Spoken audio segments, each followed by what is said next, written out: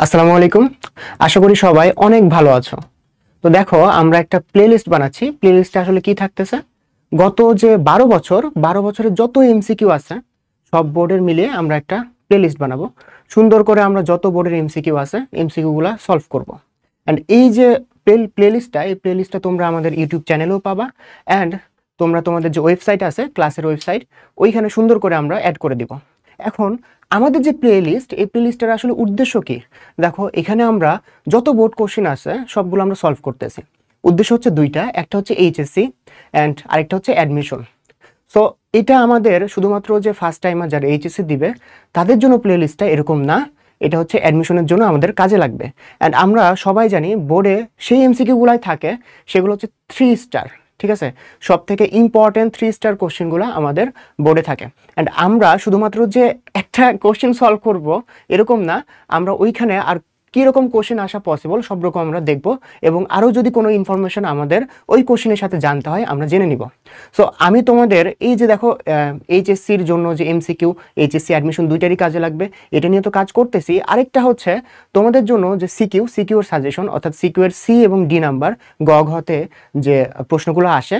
তো গত 12 বছরের আমি পুরো একটা সাজেশন তৈরি করেছি। ওই সাজেশনগুলা দেখবা বোটানি এবং আইসিটি অলরেডি শেষ হয়েছে, বাকিগুলোরও কাজ চলছে।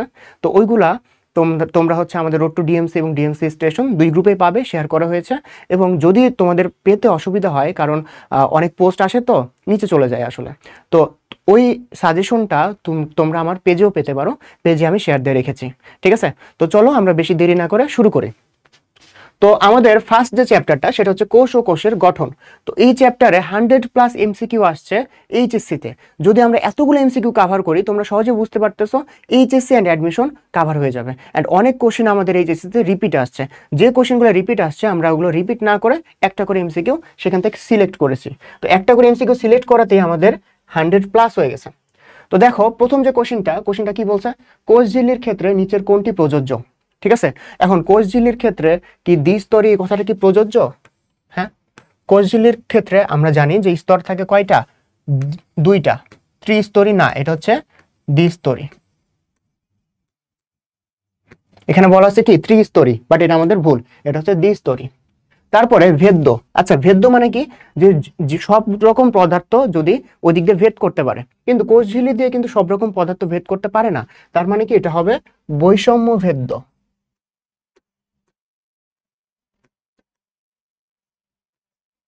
আমার লেখাটা অতটাও সুন্দর না, ঠিক আছে? আচ্ছা, তোমরা বুঝতে পারলে হয়েছে। তাহলে ভেদ্য না, এটা হচ্ছে বৈষম্য ভেদ্য। এরপরে আমরা প্লাজমা ডেসমাটা যুক্ত। আচ্ছা, প্লাজমা ডেসমাটা শব্দটা দ্বারা কি বুঝাইতেছে এটা আমাদের অবশ্যই জানতে হবে, প্লাজমা ডেসমাটাটা কি, তাই না? তো দেখো দুইটা কোষ যদি পাশাপাশি থাকে, ওর মাঝখানে অবশ্যই একটা মধ্যপর্দা থাকবে, তাই না? এখন মধ্যপর্দার ওপরে তোমার পেকটিন জাতীয় পদার্থ এগুলা জমা হয়। পেকটিন জাতীয় পদার্থ জমা হয়, দুই সাইডে মনে করো দুইটা কোষ আছে, পেকটিন জাতীয় পদার্থ জমা হয়েছে। ঠিক আছে, এই পেকটিন জাতীয় পদার্থ এগুলা জমা হয়ে তৈরি করে যে প্রাথমিক স্তর, না মধ্যপর্দা তৈরি হয় পেকটিন জাতীয় পদার্থ বা পেকটিক অ্যাসিডের নিয়ে। ঠিক আছে, এরপর যে প্রাথমিক স্তর, এখানে তোমার সেলুলোজ, হেমিসেলুলোজ, গ্লাইকোপ্রোটিন এগুলো জমা হয়ে তৈরি করে প্রাথমিক স্তর। এরপরে যে সেকেন্ডারি স্তর, সেটাতে কি থাকে? সেকেন্ডারি স্তরে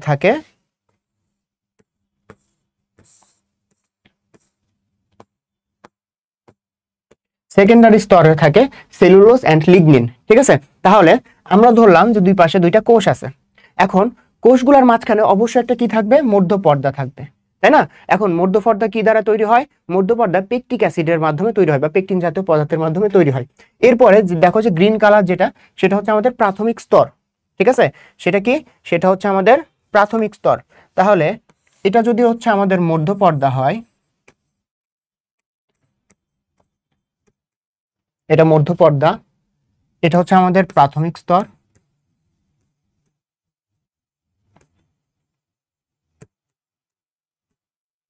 আর এই যে লাস্টেরটা এটা হচ্ছে আমাদের সেকেন্ডারি স্তর।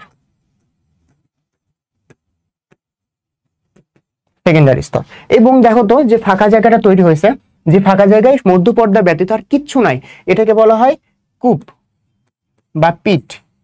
ঠিক আছে, ইংলিশে বলা হয় পিট, বাংলায় বলা হয় কূপ।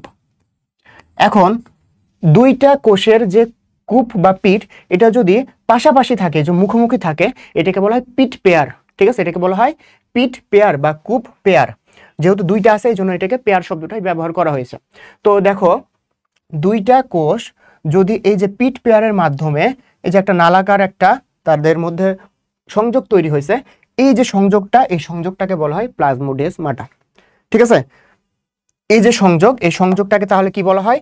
সংযোগটাকে বলা হয় প্লাজমোডেসমাটা। এই যে সংযোগ, এই সংযোগ, এই সংযোগটাকে বলা হচ্ছে প্লাজমোডেসমাটা। ঠিক আছে, আচ্ছা তাহলে কি? তাহলে হচ্ছে প্রথমে মধ্যপর্দা তৈরি হয় পেকটিক অ্যাসিড বা পেকটিন জাতীয় পদার্থ দ্বারা। এরপরে গ্রিন কালার, বা গ্রিন কালার না, এই যে একটু ফ্যাকাশে একটা কালার দেখতে পাইতেছো, এটা হচ্ছে আমাদের প্রাথমিক স্তর। এটা হচ্ছে তোমার সেলুলোজ, হেমিসেলুলোজ, গ্লাইকোপ্রোটিন এগুলোর সমন্বয়ে তৈরি হয়। এরপরে যে সেকেন্ডারি স্তরটা আছে এটা তৈরি হয় সেলুলোজ এবং লিগনিন দ্বারা। এখন এখানে কি তৈরি হয়? পিট তৈরি হয়, এবং দুইটা পিট যদি মুখোমুখি থাকে এটাকে বলা হয় পিট পেয়ার। এবং দুইটা কোষের মধ্যে এই যে এটার মাধ্যমে সংযোগ হয়েছে না, এই পিট পেয়ারের মাধ্যমে সংযোগ হয়েছে। সো যেটার মাধ্যমে সংযোগ হয়, এই পিট পেয়ারের মাধ্যমে যে সংযোগ হইতেছে এটাকে বলা হয় প্লাজমোডেসমাটা। এটাকে কি বলা হয়? এটাকে বলা হয় প্লাজমোডেসমাটা। ঠিক আছে, এটা হচ্ছে প্লাজমোডেসমাটা। তো অবশ্যই এটা হচ্ছে কোষ ঝিল্লি না, এটা হচ্ছে যত কিছু আমরা এটা পড়লাম এটা হচ্ছে কোষ প্রাচীরের অংশ। ঠিক আছে, এটা হচ্ছে কোষ প্রাচীর। এই যে এটা ফিগারটা, এই ফিগারটা হচ্ছে কোষ প্রাচীরের। সো এটা কিন্তু আমাদের কোষ ঝিল্লির কোনো অংশই হতে পারে না, তাই না? তাহলে একটাই থাকে, সেটা হচ্ছে স্থিতিস্থাপক। ঠিক আছে, আমরা জানি যে কোষ ঝিল্লি হচ্ছে স্থিতিস্থাপক। ঠিক আছে, সো আমাদের দেখো সবগুলাই সলভ করা শেষ। এটা কোথায় থাকে? এটা থাকে হচ্ছে কোষ প্রাচীরে।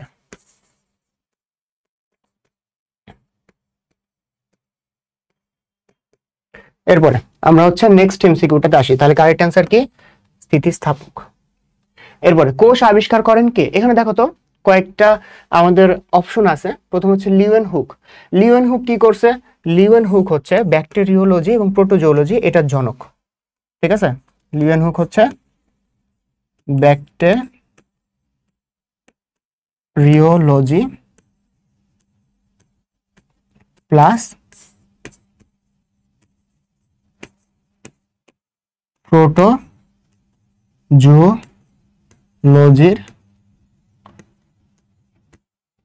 জনক। এটা হচ্ছে লিওয়েন হুক। এরপরে দেখো এরপরে আমাদের এই যে রবার্ট ব্রাউন, রবার্ট ব্রাউন তাহলে কোন কি কাজ করছিল? রবার্ট ব্রাউন হচ্ছে এই যে নিউক্লিয়াস, নিউক্লিয়াস তিনি আবিষ্কার করছে এবং নামকরণ করছে। ঠিক আছে, রবার্ট ব্রাউন নিউক্লিয়াস আবিষ্কার করছে এবং নামকরণ করছে।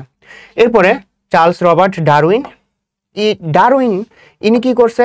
ডারউইন আমাদের প্রাকৃতিক নির্বাচন মতবাদ এটা প্রদান করছে। ঠিক আছে, প্রাকৃতিক নির্বাচন মতবাদ,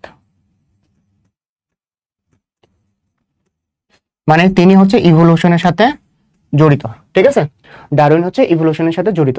এরপরে রবার্ট হুক, রবার্ট হুক কি করছে? কোষ আবিষ্কার করছে। তাহলে আমাদের কারেক্ট অ্যান্সার কি? Robert Hooke. আচ্ছা, তাহলে আমরা আরো কিছু এমসিকিউ জেনে গেলাম। শুধুমাত্র আমরা যখন এমসিকিউ সলভ করব খেয়াল রাখবো যেটা কারেক্ট অ্যান্সার শুধুমাত্র যে সেই অ্যান্সারটা আমরা জেনে নিব এরকম না। পরীক্ষার হলে যে ওইটাই আসবে, অ্যাডমিশনে যে ওইটাই আসবে এরকম কিন্তু না। ঠিক আছে, বাকি যে অপশনগুলো আছে ওই অপশনগুলোতে কি বোঝাইতেছে বা ওই অপশনগুলো থেকে কোন ইনফরমেশনটা আছে এটা আমাদেরকে জানতে হবে। এরপরে আসো, আদিকোষী জীব কোনটি? আচ্ছা, আদিকোষী এবং প্রকৃতকোষী, তাই না? আমরা জানি যে মনেরা যে রাজ্যটা আছে,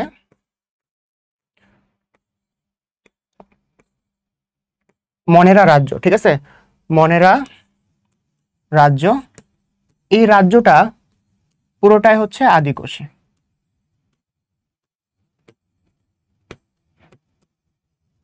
আদিকোষী। আচ্ছা, মনেরা রাজ্য হচ্ছে আদিকোষী, এবং মনেরা রাজ্যে বা আদিকোষী এইটার মধ্যে কি কি পড়ে? মনেরা রাজ্যের মধ্যে, এটার মধ্যে উদাহরণ হচ্ছে মাইকোপ্লাজমা,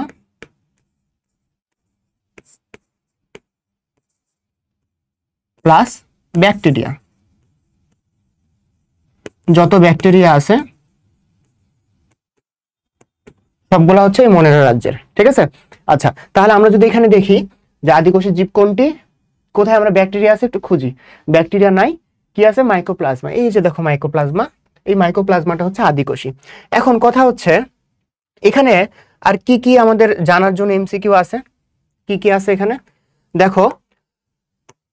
এখানে বলছে যে অ্যামিবা, তারপর হচ্ছে প্লাজমোডিয়াম, তারপর হচ্ছে ইস্ট, তাই না? এই যে ইস্ট যেটা দেখতেছি আমরা, ইস্টটা কি আমরা সবাই জানি, ইস্টটা হচ্ছে একটা ছত্রাক, তাই তো? তারপরে অ্যামিবা আর হচ্ছে প্লাজমোডিয়াম, এই দুইটা কি, প্লাজমোডিয়াম এবং অ্যামিবা, এটা হচ্ছে প্রোটোজোয়া, ঠিক আছে, প্রোটোজোয়া।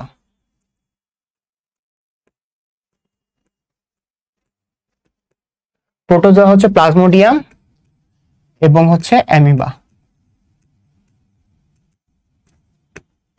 প্রোটো লিখলাম, বাকিটা বুঝে নিও, ঠিক আছে? তাহলে মনের রাজ্যের যে মাইক্রোপ্লাজমা এবং ব্যাকটেরিয়া আছে এরা হচ্ছে আদিকোষী, আর বাকি যারা আছে এখানে তারা সবগুলো হচ্ছে প্রকৃতকোষী। আচ্ছা, নেক্সটে আমরা যাই, কোনটি আদিকোষী? এখানে আমরা একটু আগে পড়লাম যে ব্যাকটেরিয়া এবং মাইক্রোপ্লাজমা এগুলো হচ্ছে আদিকোষী, তাই না? আমাদেরকে ব্যাকটেরিয়া এবং মাইক্রোপ্লাজমাটা তাহলে খুঁজতে হবে। আচ্ছা, এখানে দেখো তো, যদি আমরা রিক্সিয়া দেখি, রিক্সিয়া কি, রিক্সিয়া হচ্ছে একটা টেরিডোফাইটা, টেরিডোফাইট।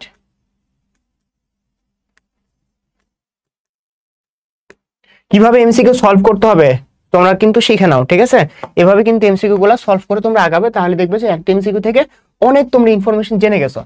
মিউকর, মিউকরটা হচ্ছে ছত্রাক। এরপরে আসো, এরপরে আমাদের আছে উলোথ্রিক্স, এটা হচ্ছে শৈবাল। আচ্ছা, লাস্টে যে ইকোলাই আছে, ইকোলাইটা কি, ইকোলাই হচ্ছে এক প্রকার ব্যাকটেরিয়া।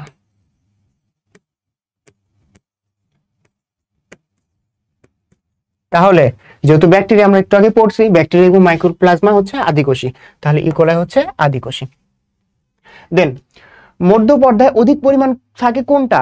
দেখো, আমরা যদি স্লাইডের একটু ব্যাকে আসি, প্রথমটায় আসি এটার অ্যান্সার করার জন্য, এই যে স্লাইডটাতে আসি, তাহলে আমরা কিন্তু পুরোটাই ভালোভাবে বুঝে যাব, ঠিক আছে?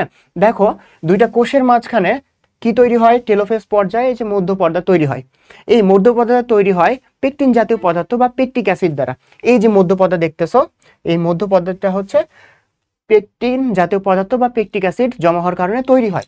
এরপরে দেখো, এরপরে যে স্তরটা থাকে সেটা হচ্ছে প্রাইমারি স্তর। এই যে এটা হচ্ছে প্রাইমারি স্তর বা প্রাথমিক স্তর। এই প্রাথমিক স্তর কি দ্বারা তৈরি হয়? প্রাথমিক স্তর তৈরি হয় সেলুলোজ, হিমোসেলুলোজ, আর এটা হচ্ছে গ্লাইকোপ্রোটিন। এরপরে যে সেকেন্ডারি স্তর, এটা তৈরি হয় হচ্ছে সেলুলোজ এবং লিগনিন দ্বারা, ঠিক আছে? তাহলে মধ্য পর্দা কি দ্বারা তৈরি হয়? পেকটিক অ্যাসিড বা পেকটিন জাতীয় পদার্থ। আচ্ছা, মধ্যপর্দায় তাহলে কি থাকে অধিক পরিমাণে? মধ্যপর্দায় অধিক পরিমাণে থাকে পেকটিক অ্যাসিড।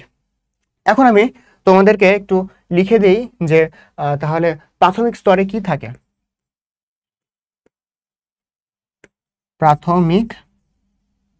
প্রাথমিক স্তর, আরেকটা বললাম সেকেন্ডারি স্তর।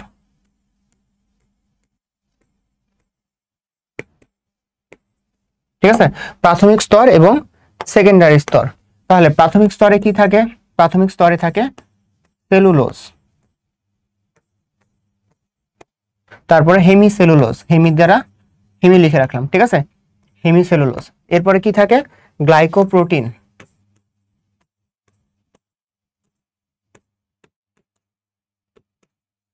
গ্লাইকোপ্রোটিন এটা কোথায় থাকে? প্রাথমিক স্তরে। এবং সেকেন্ডারি স্তর, এখানে কি থাকে? সেলুলোজ। এখনই সাথে সাথে তোমরা এটা পড়ে ফেলো, ঠিক আছে, মুখস্থ করে ফেলো। সেলুলোজ, এর সাথে কি থাকবে? লিগনিন, ঠিক আছে, সেলুলোজ এবং লিগনিন থাকে সেকেন্ডারি স্তরে। এরপরে নেক্সট কোশ্চেন যদি আমরা আসি, জীবনের ভৌত ভিত্তি কোনটা? ঠিক আছে, জীবনের ভৌত ভিত্তি কোনটা? এটার অ্যান্সার আমরা সবাই জানি, সবারই জানা, জীবনের ভৌত ভিত্তি হচ্ছে প্রোটোপ্লাজম, তাই না? জীবনের ভৌত ভিত্তি প্রোটোপ্লাজম। এখন দেখো তো, একটা যদি আমরা উদ্ভিদ কোষ চিন্তা করি, আমরা জানি যে প্রাণী কোষের কিন্তু কোনো কোষ প্রাচীর থাকে না। এখন প্রাণী কোষের তাহলে কোষ ঝিল্লি সহ ভিতরে যা কিছু থাকবে কোষের সবকিছু হচ্ছে প্রোটোপ্লাজমের অংশ, মানে নির্জীব পদার্থ বাদ দিয়ে, ঠিক আছে?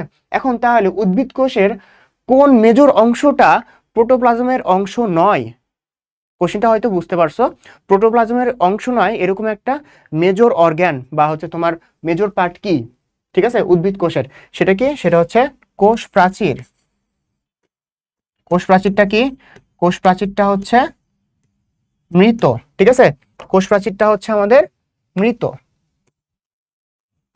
আর কোষ প্রাচীর শুধু কোথায় পাওয়া যায়? কোষ প্রাচীর শুধুমাত্র উদ্ভিদ কোষে পাওয়া যাবে, প্রাণী কোষে কিন্তু কোনো কোষ প্রাচীর পাওয়া যায় না, ঠিক আছে? আচ্ছা, তাহলে নেক্সট কোশ্চেনে যাই আমরা। নিচের কোন গঠনটি সাইটোপ্লাজমে নয়? ঠিক আছে, কোনটা সাইটোপ্লাজমে থাকে না? আমরা জানি রাইবোজোম সাইটোপ্লাজমে অঙ্গাণু, এটাও অঙ্গাণু, গোলগি বডি অঙ্গাণু। এই যে দেখো ক্রোমাটিন তন্তু, ঠিক আছে? ক্রোমাটিন তন্তু, ক্রোমাটিন তন্তু কোথায় থাকে? ক্রোমাটিন তন্তু নিউক্লিয়াসের ভিতরে থাকে, এটা হচ্ছে নিউক্লিয়াসে থাকে। তাহলে দেখো তো, তাহলে বাকি সবগুলো সাইটোপ্লাজমে আর এটা থাকে নিউক্লিয়াসে, তাহলে সাইটোপ্লাজমের অংশ নয় নিউক্লিয়াস, বা নিউক্লিয়াসে যেটা আছে আর কি, ক্রোমাটিন। প্লাজমা মেমব্রেনের ফ্লুইড মোজাইক মডেলের কোন অংশ তরল?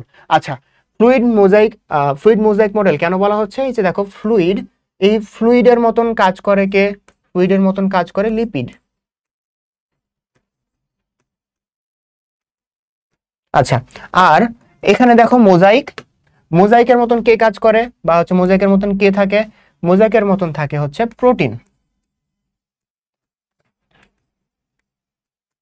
মানে লিপিড স্তরের মাঝে মাঝে মোজাইকের মতন করে প্রোটিন ডেপোজিশন হয় বা প্রোটিন জমা হয়ে থাকে, ঠিক আছে? তাহলে এখানে কি বলছে, কিসের মতন কাজ করে, বা কোন অংশটা? তরল অংশটা। তাহলে তরল অংশটা কোনটা হবে? তরল অংশটা হবে লিপিড, ঠিক আছে? আর যে প্রোটিনটা, প্রোটিনটা হচ্ছে মোজাইক। আচ্ছা, এরপরে দেখো গ্লাইকোক্যালিক্স গঠিত হয় কোন কোন উপাদান দিয়ে?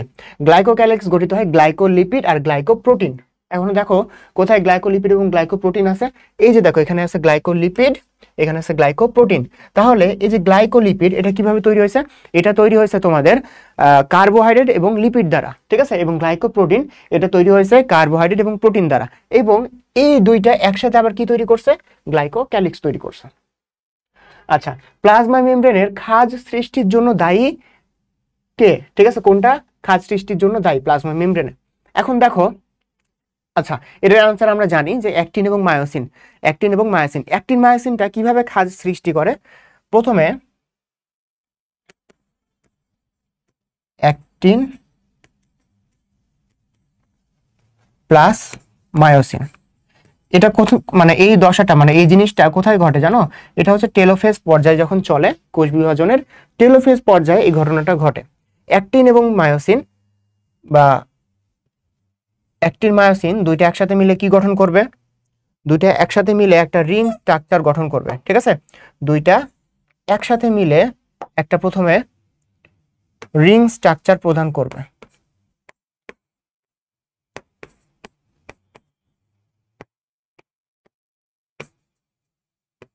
আচ্ছা, এই রিং স্ট্রাকচারটা কি করবে? এই অ্যাক্টিন মায়োসিন মিলে যে রিং স্ট্রাকচার তৈরি হয়েছে, এই রিং স্ট্রাকচারটা ওই যে প্লাজমা মেমব্রেন, প্লাজমা মেমব্রেনের ভিতরে খাঁজ সৃষ্টি করবে, ঠিক আছে? তাহলে এটার কারেক্ট অ্যান্সার কি হবে? এটা হবে হচ্ছে অ্যাক্টিন ও মায়োসিন। আচ্ছা, এরপরে কোনটি সাইটোপ্লাজমীয় নির্জীব বস্তু? আমরা জানি যে অঙ্গাণুগুলো যেগুলো থাকে, অঙ্গাণুগুলো সবগুলাই সজীব, তাই না? অঙ্গাণুগুলো সবগুলাই সজীব। তাহলে লাইসোজোম একটা অঙ্গাণু, প্লাস্টিড একটা অঙ্গাণু, রাইবোজোম একটা অঙ্গাণু, তাহলে এগুলো সবগুলো কি সজীব? তাহলে নির্জীব কোনটা? নির্জীব হচ্ছে এনজাইম, ঠিক আছে? নির্জীব হচ্ছে এনজাইম। আর যে অঙ্গাণুগুলো থাকে, অঙ্গাণুগুলা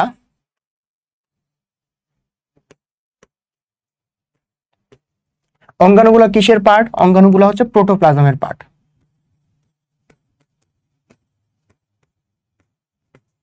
আচ্ছা, আর প্রোটোপ্লাজমের পার্ট মানে কি? সে কি হবে? জীবিত হবে, তাই না? আচ্ছা, তাহলে নির্জীব কোনটা? এনজাইম। এরপরে দেখো কোষের অভ্যন্তরে পিএইচ রক্ষা করে কোনটা? আমরা জানি সাইটোপ্লাজমের প্রধান কাজ হচ্ছে সবগুলো অঙ্গাণুকে সে ধরে রাখে, ঠিক আছে? এরপরে নিউক্লিওপ্লাজমের একটা কাজ আছে খুবই ইম্পর্টেন্ট, সেটা হচ্ছে এনজাইমের আধার হিসেবে কাজ করে।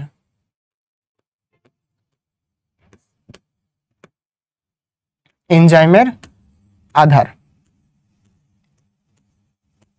এরপরে গ্লাইঅক্সিজোম লিপিড এবং প্রোটিন জমা করে রাখে এবং শক্তি প্রদান করে, মানে শক্তি উৎপন্ন করে গ্লাইঅক্সিজোম, ঠিক আছে?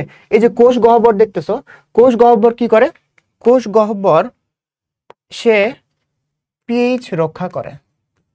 আরেকটা কাজ সে করে যেটা আমাদের জন্য জানা প্রয়োজন, সেটা কি? পিএইচ রক্ষা করার সাথে পানি সাম্যতা বজায় রাখে। কোষের যে পানি সাম্যতা সে বজায় রাখে, এবং যত বজ্র পদার্থগুলো আছে সবগুলা এই কোষ গহ্বরে এসে জমা হয়। ঠিক আছে, তাহলে কারেক্ট অ্যান্সার কোনটা? কোষ গহ্বর। আচ্ছা, পরে যাই আমরা। রাইবোজোম এর নাম কে প্রস্তাব করেন? রাইবোজোম নামটা কে প্রস্তাব করেন? ঠিক আছে, এখানে অনেকগুলো আমরা এমসিকিউ দেখতেছি, সবগুলা বিজ্ঞানী। কে কোন কাজ করছে এটা আমরা একটু দেখে ফেলি। তাহলে অ্যালবার্ট ক্লড, ইনি কি করছে? ইনি হচ্ছে রাইবোজোমের নাম মাইক্রোজোম রাখার চেষ্টা করছে। আচ্ছা, এরপরে দেখো জর্জ প্যালেড, ইনি কি করছে? ইনি প্রথম রাইবোজোমটা দেখতে পাইছে। ঠিক আছে, মানে জর্জ প্যালেড তোমার রাইবোজোম ধরতে গেলে আবিষ্কার করছে। জর্জ প্যালেড ইনি হচ্ছে রাইবোজোম আবিষ্কার করছে।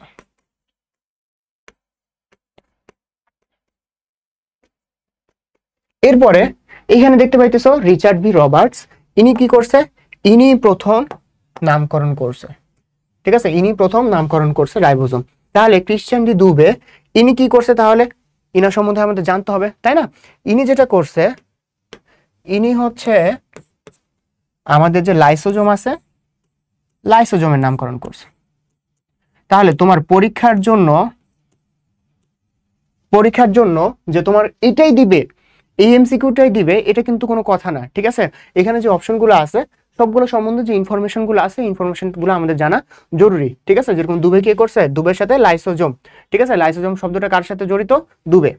আচ্ছা, এরপরে এইচএস রাইবোজোম উপ এককগুলো কি কি? আচ্ছা, আমাদের রাইবোজোম হচ্ছে একটা রাইবোজোমের যে উপ একক আছে, উপ এককগুলা কি কি? যদি এইচটিএস আমরা বলি, দুই প্রকার আছে, একটা হচ্ছে এইচটিএস আর একটা হচ্ছে 70S, তাই তো? এখন এই যে এইচটিএস, এটা হচ্ছে যে উন্নত প্রাণী যারা প্রকৃত কোষী সে তাদের থাকে এইচটিএস, এবং 70S যেটা সেটা হচ্ছে আদি কোষের বৈশিষ্ট্য। ঠিক আছে, এখন তাহলে এইচটিএস এটা কিভাবে গঠিত হয়েছে? এটা দুইটা উপ একক নিয়ে গঠিত হয়েছে, একটা হচ্ছে 60S প্লাস 40S, এবং 70S এটা 50S প্লাস 30S, এই উপ এককগুলো মিলে 70S গঠন করছে। ঠিক আছে, তাহলে এই যে 80S এটা কি? প্রকৃত কোষে, আর আদি কোষে 70S। তাহলে এখন এটাতে কি বলছে? 80S এ কি থাকবে? অবশ্যই 60 এবং 40, তাহলে 60 এবং 40, এই তো অ্যান্সার আমাদের। আচ্ছা, এরপরে কোনটি আদিকোষী রাইবোজোমের উপ একক? আদিকোষে কি থাকে?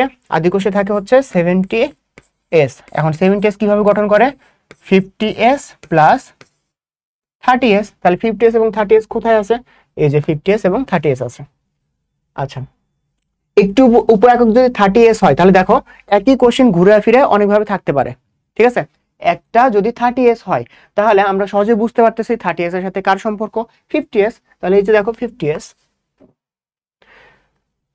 এরপরে কোন জীবকোষে প্রাপ্ত রাইবোজোমের একটা, আবার দেখো একটা ছিল 30, তাহলে আরেকটা হয়েছে 50। এখন একটা যদি 40 হয় আর একটা কত হবে? 60S। কত সহজ দেখছো? যদি আমরা জাস্ট ধরতে পারি যেখানে কি চাইছে, তাহলে সবগুলো এমসিকিউ আমাদের শুধুমাত্র প্রথমে যে দুইটা আমরা ইকুয়েশন লিখলাম ওই দুইটা ইকুয়েশন দ্বারাই সলভ করা পসিবল। এখন দেখো সব ধরনের কোষে পাওয়া যায় কোনটা? ঠিক আছে, সব ধরনের কোষে যেটা পাওয়া যাবে, সব ধরনের কোষে কোনটা পাওয়া যাবে? অবশ্যই যেটা সার্বজনীন হবে। ঠিক আছে না, সার্বজনীন, সেটা তো সব কোষে পাওয়া যাবে। এখন আমাদের কোষে উদ্ভিদ কোষ বলো, প্রাণী কোষ বলো, আদি কোষ বলো, প্রকৃত কোষ বলো, সবগুলা কোষে একটা অঙ্গাণু একদম কমন, সবার ক্ষেত্রেই পাওয়া যায়। ঠিক আছে, সেই জন্য ওটাকে বলা হয় সার্বজনীন। সেটা কোনটা? রাইবোজোম। ঠিক আছে, রাইবোজোমটা হচ্ছে সার্বজনীন, কারণ সব কোষে পাওয়া যায়।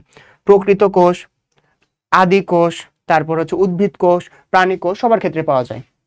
এখন বাকি যেগুলো আছে সেগুলো সম্বন্ধে একটু জাস্ট জানি আমরা। মাইটোকন্ড্রিয়াকে কি বলা হয়? মাইটোকন্ড্রিয়াকে বলা হয় পাওয়ার হাউস বা শক্তিঘর।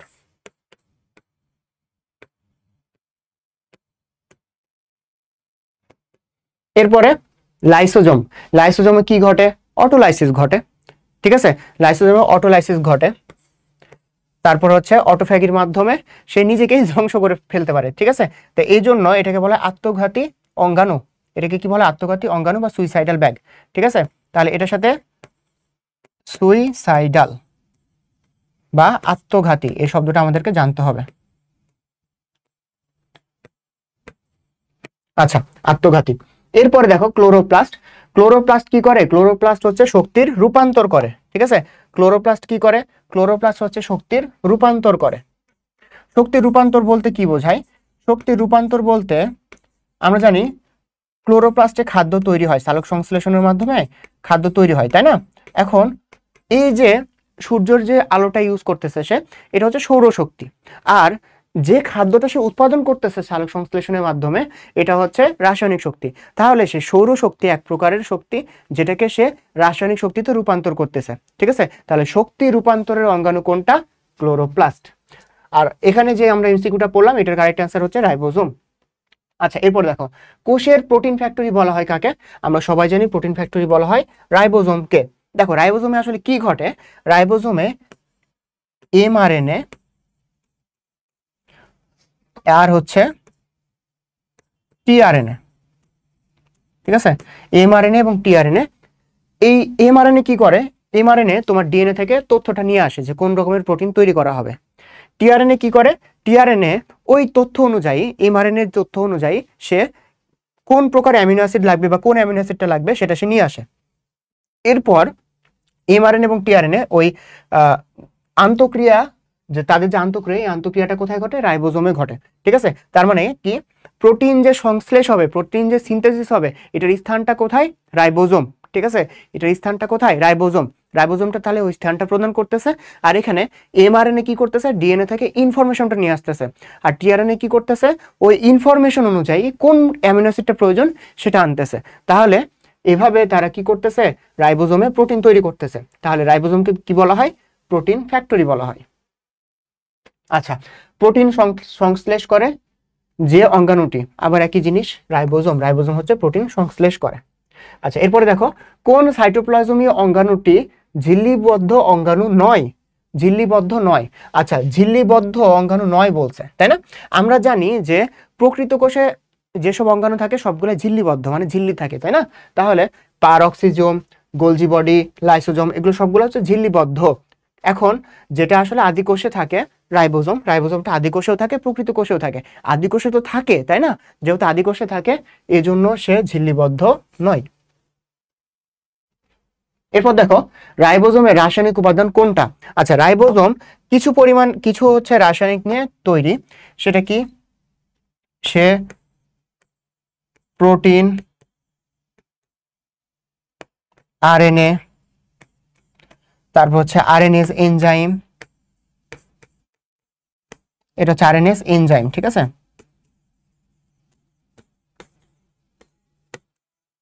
তারপরে কিছু আয়ন, এই আয়ন, এগুলো নিয়ে তোমার হচ্ছে রাইবোজোম গঠিত। এখন এগুলোর মধ্যে কোনটা অপশনে আছে দেখি তো আমরা। এই যে দেখো আরএনএ, তাই না। আরএনএ অপশনটাতে আছে, ঠিক আছে। আরএনএ যেহেতু অপশনে আছে, এটা হচ্ছে আমাদের অ্যান্সার। তাহলে কি কি নিয়ে গঠিত? প্রোটিন, আরএনএ, আরএনএস এনজাইম আর কিছু আয়ন। আয়নের মধ্যে ম্যাগনেসিয়াম আয়ন আছে, ঠিক আছে। আচ্ছা, উদ্ভিদ কোষের কার্বোহাইড্রেট ফ্যাক্টরি কোনটিকে বলা হয়? এখন কার্বোহাইড্রেট ফ্যাক্টরি, তাই না। রাইবোজোম হচ্ছে সার্বজনীন অঙ্গাণু। মাইটোকন্ড্রিয়াকে বলা হয় শক্তিঘর, ঠিক আছে। এখানে দেখো এই যে গোলজি বস্তু বা গোলজি বডি, এটা হচ্ছে কার্বোহাইড্রেট ফ্যাক্টরি। গোলজি বস্তুকে বলা হয় কার্বোহাইড্রেট ফ্যাক্টরি। এখন এই গোলজি বস্তুতে তাহলে কি ঘটে? যে এই যে মনোস্যাকারাইড, পলিস্যাকারাইড, যে স্যাকারাইড গুলো আছে, এই স্যাকারাইড গুলোর সংশ্লেষণ ঘটে কোথায়? গোলজি বস্তুতে, ঠিক আছে। সংশ্লেষণ ঘটে মনোস্যাকারাইড বা পলিস্যাকারাইড, এই স্যাকারাইড গুলোর সংশ্লেষণ ঘটে তোমার গোলজি বস্তুতে।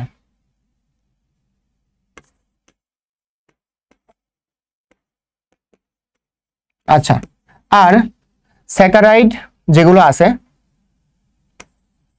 এই স্যাকারাইডটা হচ্ছে কার্বোহাইড্রেট, তাই না। এই জন্য এটাকে কি বলা হয়? কার্বোহাইড্রেট ফ্যাক্টরি বলা হয়।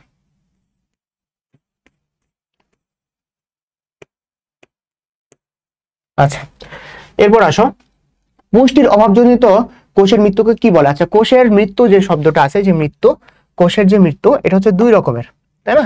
কোষের মৃত্যু হচ্ছে দুই রকমের। একটা হচ্ছে তোমার অ্যাপ্রোপ্টোসিস, আর এটা কি নেক্রোসিস। আচ্ছা, অ্যাপোপ্টোসিস আর এটা হচ্ছে নেক্রোসিস। অ্যাপোপ্টোসিস যেটা, অ্যাপোপ্টোসিস হচ্ছে তোমার কোষ নিয়ন্ত্রিত মৃত্যু, কোষ নিজে নিয়ন্ত্রণ করতেছে মৃত্যুটা, ঠিক আছে, এটা হচ্ছে অ্যাপোপ্টোসিস। আর যে নেক্রোসিস আছে, নেক্রোসিস হচ্ছে পুষ্টির যে অভাবজনিত কারণে হবে, ঠিক আছে।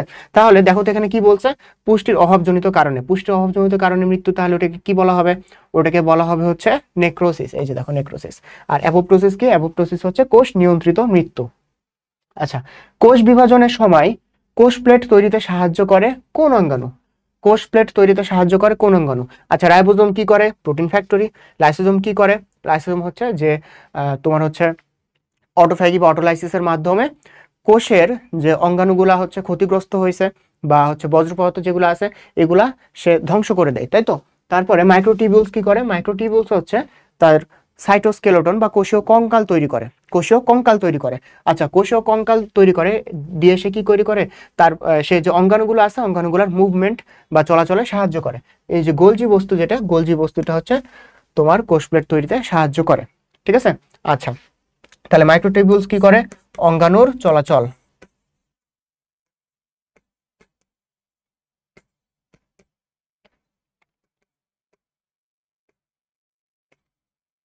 আচ্ছা, তারপরে দেখো, তারপরে হচ্ছে এই যে লাইসোজোম, অটোফ্যাগি বলছি, রাইবোজোম, এটা সম্বন্ধেও আমরা পড়ছি, এর আগে পড়ে আসলাম।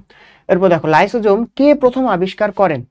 এখন লাইসোজোমের আবিষ্কারক, এটা কিন্তু আমরা আগে একটা স্লাইডে পড়ে আসছি, দেখছো? তাহলে কোশ্চেনগুলো কিভাবে ঘুরে আসতেছে, তোমাকে সবগুলা যে অপশন আছে অপশনগুলা সম্বন্ধে অ্যান্সারটা জেনে রাখতে হবে, তাহলে কিন্তু কোনো কোশ্চেনে তোমার আটকাবে না। তাহলে লাইসোজোম কে প্রথম আবিষ্কার করে এটা আমরা জানি, দুবে প্রথম লাইসোজোম আবিষ্কার করে। এখন বাকিগুলোকে আমাদের জানতে হবে না? এই যে বাকিগুলো জানলে কিন্তু আমাদের আরো এমসিকিউ পড়া হয়ে যাবে। এই যে দেখো গোলজি, এই গোলগি ইনার নাম অনুসারে কিন্তু গোলগি বডি বা গোলজি বস্তু নামটা রাখা হয়েছে, ঠিক আছে, ক্যামিলো গোলগি। তাহলে এটা কি গোলগি বডি।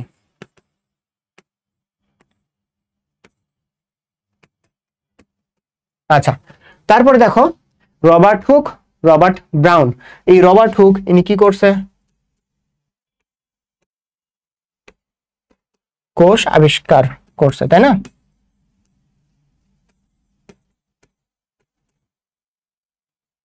আচ্ছা, তাহলে লাইসোজোম আবিষ্কার কে করছে? দুবে। এরপর আসো, নিম্নের কোন অঙ্গাণুটি অটোলাইসিস ঘটায়? অটোলাইসিস ঘটায় কোনটা? আমরা সবাই জানি লাইসোজোম, তাই না? অটোলাইসিস ঘটায়। আর কি কি এখান থেকে জানতে হবে? অটোলাইসিসের সাথে সাথে আর কি করে? এটাকে অটোফ্যাগি বলে, অটোফ্যাগি, আর নিজেকেই ভক্ষণ করতেছে, তাই না? এই ক্যারেক্টারের জন্য তার নাম কি হয়েছে? সুইসাইডাল ব্যাগ বা সুইসাইডাল অর্গ্যান বা আত্মঘাতী, ঠিক আছে, আত্মঘাতী আত্মঘাতী শব্দ অথবা সুইসাইডাল শব্দ যেখানেই পাবো সেখানে আমরা দেখাবো কি? লাইসোজোম। এখন কথা হচ্ছে, এই আত্মঘাতী বা অটোফ্যাগি এই বৈশিষ্ট্যটা সে কিভাবে দেখায়? তার মধ্যে কিছু এনজাইম আছে, তাই না? ওই এনজাইমটার মাধ্যমেই সে এই বৈশিষ্ট্যটা দেখাইতেছে। এই এনজাইমটার নাম হচ্ছে অ্যাসিড হাইড্রোলেস, ঠিক আছে, অ্যাসিড হাইড্রোলেস।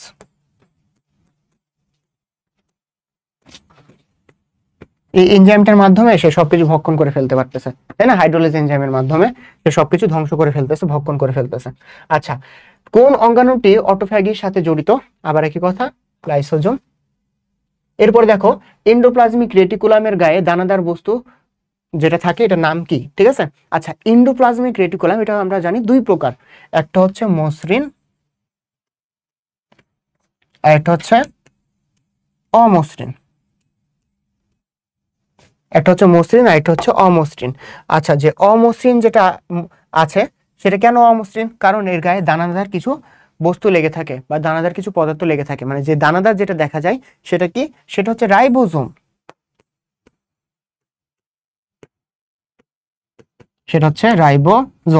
আর যেটা মসৃণ সে তার গায়ে রাইবোজোম থাকে না।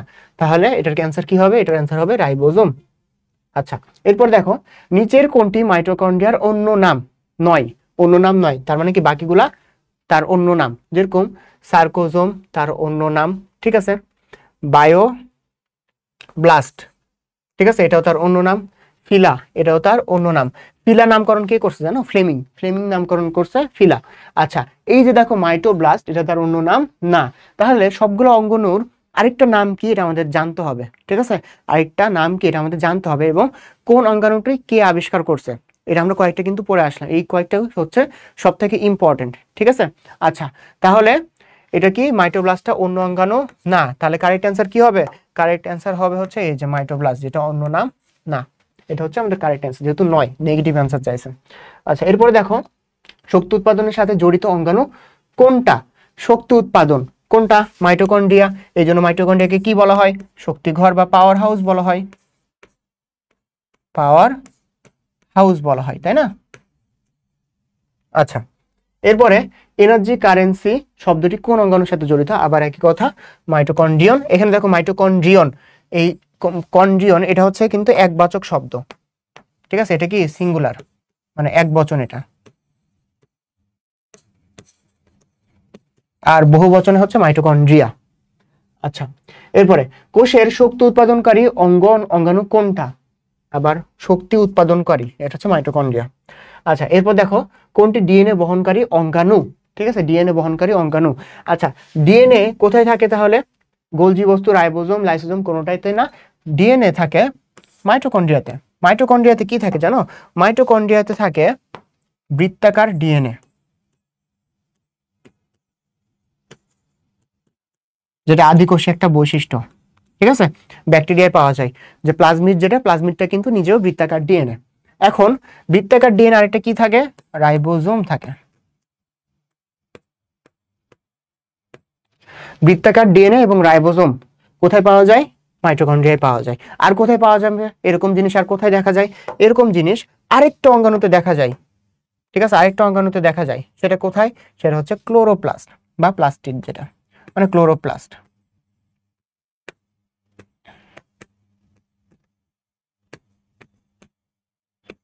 ক্লোরোপ্লাস্টেও কিন্তু এরকম বৃত্তাকার ডিএনএ, রাইবোজোম দেখা যায়। আচ্ছা, নিচের কোনটি বৃত্তাকার ডিএনএ দেখা যায়? বৃত্তাকার ডিএনএ হচ্ছে মাইটোকন্ড্রিয়া। এরপরে এন্ডোসিমবায়ন্ট বলা হয় কোনটিকে? কি বলা হয়েছে এখানে? এন্ডোসিমবায়ন্ট। তাহলে এন্ডোসিমবায়োসিস প্রক্রিয়াটা আমাদেরকে জানতে হবে, ঠিক আছে? এন্ডোসিমবায়োসিস। আচ্ছা, এন্ডোসিমবায়োসিস হচ্ছে এমন একটা প্রক্রিয়া যেটাতে বলা হয়েছে যে তোমার যে প্রকৃত কোষী আছে, প্রকৃত কোষী হয়তো, মানে এটা একটা ধারণা, ঠিক আছে? এটা কিন্তু একটা প্রুভড কোনো কিছু না, এটা একটা থিওরি বলতে পারো। আর থিওরিটা প্রুভড হলে কিন্তু ল হয়। তো এটার মাধ্যমে কি বলা হয়েছে, মনে করো এটা একটা তোমার হচ্ছে প্রকৃত কোষী, ঠিক আছে? এটার মাধ্যমে বলা হয়েছে যে একটা প্রকৃত কোষী, একটা প্রকৃত কোষ, সে কি করছে জানো? সে হচ্ছে, এটা মনে করো একটা ব্যাকটেরিয়া, আর এটা হচ্ছে আরেকটা ব্যাকটেরিয়া। তো এটার নাম কি? এটার নাম হচ্ছে মাইটোকন্ড্রিয়া।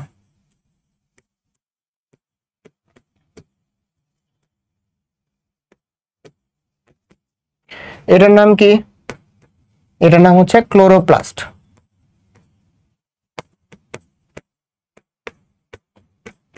তো একটা প্রক্রিয়ায় মানে ভক্ষণ, সে এই যে তোমার যে প্রকৃত কোষ আছে, সে কি করছে? এই ব্যাকটেরিয়া এবং এই ক্লোরোপ্লাস্টকে ভক্ষণ করছে, ঠিক আছে? ভক্ষণ করছে। এই ভক্ষণ করার মাধ্যমে সে কি করছে? ভক্ষণ করে এই যে দুইটা ব্যাকটেরিয়া ছিল, এটাকে সে পার্মানেন্ট তার অঙ্গাণু তৈরি করে ফেলছে, মানে তার পার্মানেন্ট একটা বা স্থায়ী একটা তার অস্তিত্ব তৈরি করে ফেলছে বা অংশ তৈরি করে ফেলছে, ঠিক আছে? তো এই যে মাইটোকন্ড্রিয়া, এটাকে একটা ব্যাকটেরিয়া, মানে তাকে স্বাধীনভাবে একটা ব্যাকটেরিয়া ধরা হয়েছিল। তাহলে তার কাজ কি ছিল? তার কাজ ছিল যে শক্তি উৎপাদন করা, ঠিক আছে? তার মধ্যে এমন কিছু প্রক্রিয়া ঘটেছিল যার ফলে শক্তি উৎপাদন হতো। ক্লোরোপ্লাস্ট, তার মধ্যে এমন কিছু বৈশিষ্ট্য ছিল যার ফলে শক্তি রূপান্তর বা সালোক সংশ্লেষণ ঘটতেছিল। তো ওই দুইটা ব্যাকটেরিয়াকে যখন ভক্ষণ করে নিজের একটা পার্মানেন্ট বা স্থায়ী অংশ তৈরি করে ফেললো প্রকৃত কোষটা, তখন তার মধ্যে কি হবে? মাইটোকন্ড্রিয়া যে কাজটা করবে, সে কাজের সুবিধা কে পাবে? প্রকৃত কোষটা পাবে। ক্লোরোপ্লাস্ট যে কাজটা করে, তার সুবিধা কে পাবে? প্রকৃত কোষ পাবে। এই যে এই প্রক্রিয়াটাকে বলা হয় এন্ডোসিমবায়োসিস। এই প্রক্রিয়াটার নাম কি? এই প্রক্রিয়াটার নাম হচ্ছে এন্ডোসিমবায়োসিস। সিম্বায়োসিস। আচ্ছা, আর এন্ডোসিমবায়োসিসের মাধ্যমে এই যে মাইটোকন্ড্রিয়া এবং ক্লোরোপ্লাস্ট প্রকৃত কোষের একটা অংশ হয়ে গেছে, স্থায়ী অংশ হয়ে গেছে, এই জন্য এদেরকে বলা হয় এন্ডোসিমবায়ন্ট। তাহলে এন্ডোসিমবায়ন্ট কোনটা হবে? মাইটোকন্ড্রিয়া। এরপর আসো, অক্সিডেটিভ ফসফোরাইলেশন কোথায় ঘটে? অক্সিডেটিভ ফসফোরাইলেশন ঘটে মাইটোকন্ড্রিয়া, এবং এর মাধ্যমে কি হয়? শক্তি উৎপাদন হয়। আচ্ছা, কোন অঙ্গাণুতে গ্রানাম বিদ্যমান? গ্রানাম, থাইলাকয়েড, স্ট্রোমা, এগুলো আমরা কোথায় পাই? এগুলো পাই হচ্ছে আমরা ক্লোরোপ্লাস্টে। এখানে একটা জিনিস জানতে হবে আমাদের, দেখো ক্লোরোপ্লাস্টের ভিতরে তুমি হচ্ছে এরকম একটা করে ব্যাগের মতন অংশ দেখতে পাবা, ঠিক আছে? এরকম ব্যাগের মতন, থলের মতন অংশ দেখতে পাবা। তো এই যে দেখো প্রত্যেকটা যে যে থলের মতন অংশ দেখতে পাইতেছো না, এটাকে বলা হয় থাইলাকয়েড। এটাকে কি বলা হয়? এটাকে বলা হয় হচ্ছে থাইলাকয়েড।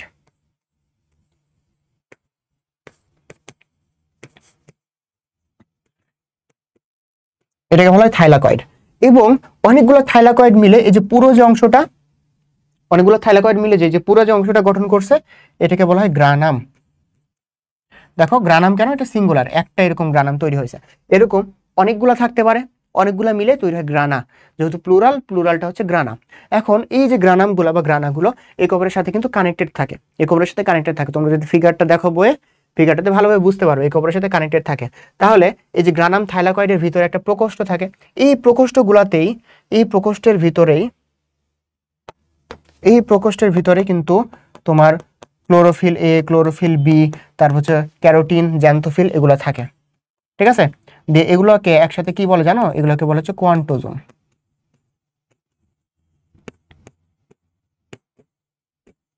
কোয়ান্টোজোম। তাহলে কোয়ান্টোজোম কি দ্বারা তৈরি? কোয়ান্টোজোম হচ্ছে ক্লোরোফিল,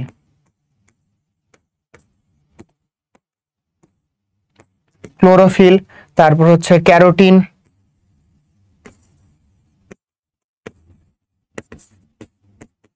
তারপর হচ্ছে জ্যান্থোফিল, ঠিক আছে? জ্যান্থোফিল, এগুলো মিলে তৈরি করে কোয়ান্টোজোম। কোথায়? এই যে থাইলাকয়েড প্রকোষ্ঠের ভিতরে। তাহলে স্ট্রাকচারটা কি? ক্লোরোফিলের ভেতরে এরকম যে থলের মতন অংশ, এটাকে বলে থাইলাকয়েড। অনেকগুলো থলে একসাথে মিলে তৈরি করে গ্রানাম, সিঙ্গুলার, আর প্লুরাল হলে ওটাকে বলবো আমরা গ্রানা। গ্রানামগুলো বা গ্রানাগুলো একে অপরের সাথে কানেক্টেড থাকতে পারে। এখন থাইলাকয়েডের ভিতরে যে ফাঁকা জায়গা, এটাকে বলে প্রকোষ্ঠ। এই প্রকোষ্ঠের মধ্যে থাকে কোয়ান্টোজোম। কোয়ান্টোজোম কি দ্বারা তৈরি হয়? ক্লোরোফিল, ক্যারোটিন, জ্যান্থোফিল, এগুলো মিলে একসাথে মিলে তৈরি করা হচ্ছে কোয়ান্টোজোম। এরপরে থাইলাকয়েড, গ্রানাম এটা বাদ দিয়ে বাকি যে অংশটা, বাকি অংশটাকে বলা হয় ধাত্র পদার্থ, যেটা এটাকে বলা হয় স্ট্রোমা, ঠিক আছে? এটাকে কি বলা হয়? এটাকে বলা হয় স্ট্রোমা। তাহলে দেখি তো আমরা নেক্সট আর কি কি এমসিকিউ আছে। নিচের কোনটিতে থাইলাকয়েড থাকে? ক্লোরোপ্লাস্ট, এই যে ক্লোরোপ্লাস্ট, এখানে একটা টি হবে, ক্লোরোপ্লাস্ট। আচ্ছা, এরপরে দেখো ক্ল্যামিডোমোনাস এর ক্লোরোপ্লাস্ট কোন ধরনের? আচ্ছা, এই শৈবালগুলার এক একটার ক্লোরোপ্লাস্ট এক এক রকম, তাই না? এখন মনে রাখতে হবে কিভাবে? তোমরা তো অনেকবার ভুলে যাও। এখন আমি এটা যেভাবে মনে রাখতাম তোমাদেরকে একটু শিখাই দিই। দেখো ক্ল্যামিডোমোনাস, এটা হচ্ছে পেয়ালা আকৃতির, পেয়ালা আকৃতির। আচ্ছা, পেয়ালা আকৃতির, এটা আমি কেমনে মনে রাখতাম? এটা এই যে চায়ের মতন একটা উচ্চারণ আসতেছে না? চায়ের মতন একটা উচ্চারণ আসতেছে। তো চা আমরা কোথায় খাই? পেয়ালাতে খাই, ঠিক আছে? তো এইখান থেকে আমি মনে রাখছি পেয়ালা আকৃতির হচ্ছে এটা। এরপরে দেখো জালিকাকার, জালিকাকার এক্সাম্পলটা কি? অয়ডোগেনাম, আমি যদি ভুল না হয় এটাই, ঠিক আছে? অয়ডোগেনাম। আচ্ছা, এখানে আমি কেমনে মনে রাখতাম জানো? খুবই ফানি বিষয়টা। আচ্ছা, অয়ডোগেনাম এটা আমি মনে রাখতাম, এই যে ডগ দেখতেছো না, এরকম কিন্তু একটা ফিশ থাকে, নাম কি? Dog fish. ডগ ফিশ বলে কিন্তু ফিশের অস্তিত্ব আছে, ঠিক আছে? এই ডগ ফিশটাকে ধরছি কি দ্বারা? ডগ ফিশকে ধরছি জাল দ্বারা, ঠিক আছে? জাল দিয়ে তো আমরা মাছ ধরি, তাই না? জাল দিয়ে মাছ ধরি। তাহলে ডগ ফিশ বা অয়ডোগেনাম, এটা কি? জালিকাকার। এরপরে সর্পিলাকার, সর্পিলাকার যেটা, এটা কি হবে? এটা হবে হচ্ছে স্পাইরোগাইরা, স্পাইরোগাইরা। এটা কেমনে মনে রাখবা? স্পাইরো মানে এখানে কি? স্পাইরাল শব্দটা তো এখানে আছেই, তাই না? স্পাইরাল শব্দটা কিন্তু এখানে আছে। স্পাইরাল মানে কি? সর্পিল। তাহলে কি? সর্পিলাকার হচ্ছে স্পাইরোগাইরা। এরপরে তারকাকার, তারকাকার যেটা, তারকাকার যেটা, সেটা কি? তারকাকারটা হচ্ছে জিগনেমা। আচ্ছা, তোমরা কি জিগজ্যাগ দেখছো? জিগজ্যাগ কি? তারার মতন, মানে আঁকা বাঁকা থাকে। জিগজ্যাগটা হচ্ছে আঁকা বাঁকা, ঠিক আছে? তাহলে জিগজ্যাগটাকে যদি আমরা একসাথে তুলনা করি, তাহলে মনে হবে যে তারা। আমরা যদি তারা আঁকি, অনেক সময় স্টার দিতে আমরা এভাবে করি না? এভাবে স্টার দেই কিন্তু, ঠিক আছে? তাহলে এগুলোকে এক একটা জিগজ্যাগ ধরো, তাহলে অনেকগুলো জিগজ্যাগ মিলে কি তৈরি করছে? তারা তৈরি করছে। তাহলে তারকাকার কি? জিগনেমা। আচ্ছা, এরপর আসো, নিচের কোনটি ক্লোরোপ্লাস্টের কাজ? ক্লোরোপ্লাস্টের কাজ কি?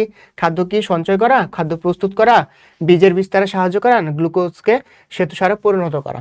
আচ্ছা, ক্লোরোপ্লাস্ট কি করবে? খাদ্য প্রস্তুত করবে। কোন প্রক্রিয়ায়? সালোক সংশ্লেষণ প্রক্রিয়ায়। এটা নিয়ে বেশি কিছু বললাম না।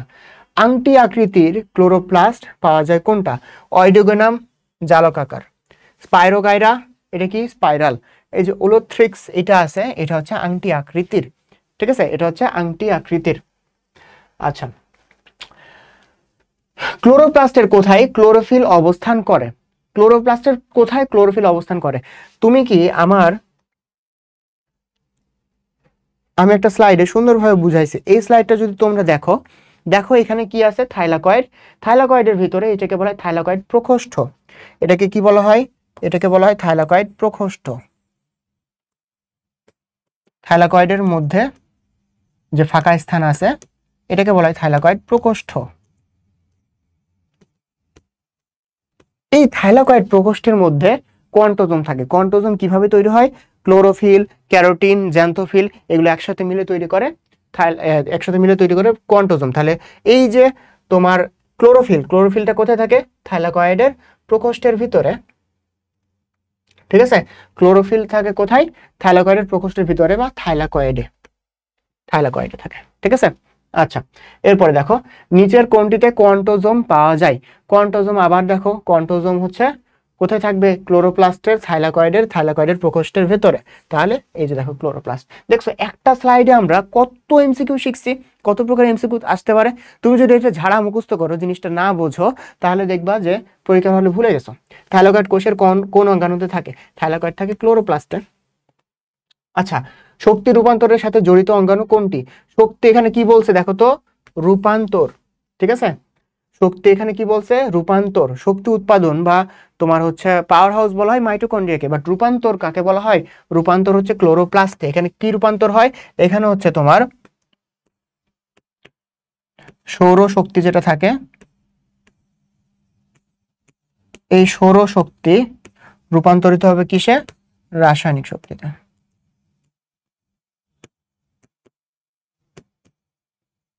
রাসায়নিক শক্তিতে রূপান্তরিত হয়। ঠিক আছে, আচ্ছা এরপরে সেন্ট্রিওল কে আবিষ্কার করেন? আচ্ছা, সেন্ট্রিওল এখানে দেখো, van Benden, Dubey, Strasburger, Bovary. ঠিক আছে, আচ্ছা এখানে তোমার দুবে কি করছে? লাইসোজোম আবিষ্কার করছে। স্ট্রাসবার্গার কি করছে জানো? ইনি হচ্ছে যে কোষ বিভাজনে যখন আমরা যাব তখন এই শব্দটা স্ট্রাসবার্গারের কথা আমরা পড়বো। তাহলে এখানে কি হবে? Van Benden. ঠিক আছে, আচ্ছা নিচের কোনটি কোষ বিভাজনের সময় মাকুতন্তু গঠন করে? আচ্ছা, মাকুতন্তু জিনিসটা কি? দেখো, কোষ বিভাজনের সময় এরকম কিছু আকারের আমরা জিনিস দেখতে পাই, ফাইবার দেখতে পাই বা তন্তু দেখতে পাই, তাই না? তো এগুলাতে কি থাকে জানো? এগুলাতে তোমার সেন্ট্রোমিয়ারের মাধ্যমে ক্রোমোজোমটা যুক্ত থাকে। এখন এটার উদ্দেশ্য কি তাহলে? ক্রোমোজোমটা জানি আমরা মেটাফেজ পর্যায়ে একদম মাঝখানে বিষুব রেখায় বা ইকুয়েটর অঞ্চলে চলে আসে, তাই তো? এখন এই সেন্ট্রোমিয়ারটা মাকুতন্তুর সাথে লেগে থাকে, লেগে তার মুভমেন্টটা করে বা চলাচল করে একদম মাঝে বা মেটাফেজে চলে আসে। ঠিক আছে, আচ্ছা তাহলে এই মাকুতন্তু তৈরি করে কে? মাকুতন্তু তৈরি করে হচ্ছে সেন্ট্রিওলটা হচ্ছে মাকুতন্তু তৈরি করে। আর এই মাকুতন্তু ধরেই কিন্তু অ্যানাফেজ পর্যায়ে যে ক্রোমোজোমটা ভাগ হয়ে দুইটা পোলারের দিকে সেই বিভাজিত ক্রোমোজোমটা চলে যায়। আচ্ছা, এরপরে কোষ গহ্বরের চারদিকে সাইটোপ্লাজমের যে হালকা স্তর, এটাকে কি বলা হয়? এটাকে বলা হয় হচ্ছে একটোপ্লাজম, হায়ালোপ্লাজম, এন্ডোপ্লাজম, টনোপ্লাজম। ঠিক আছে, এটাকে কি বলা হয়? এটাকে বলা হয় টনোপ্লাজম। এটা আরেকটা নাম কি? টনোপ্লাস্ট। ঠিক আছে, টনোপ্লাস্ট।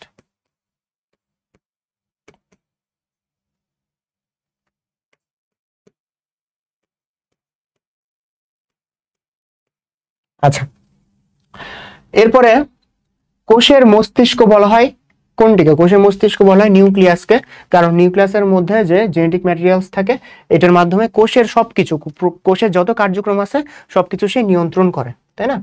আচ্ছা, নিউক্লিয়াসের উপাদান কোনটা?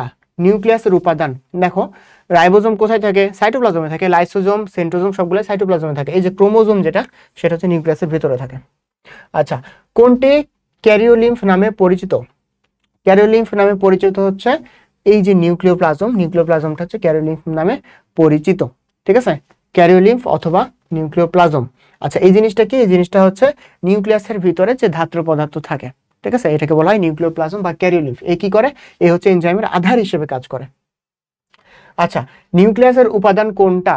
নিউক্লিয়াসের উপাদান আবার দেখো, ক্রোমোজোম। সর্বপ্রথম ক্রোমোজোম আবিষ্কার করে কে? এইখানেই দেখো, সর্বপ্রথম ক্রোমোজোম আবিষ্কার করে কে? আচ্ছা, এখানে ডাব্লু ফ্লেমিং, ওয়াল্টার ফ্লেমিং যিনি, ইনি কি করছে? ইনি প্রথম দ্বিবিভাজন দেখছে।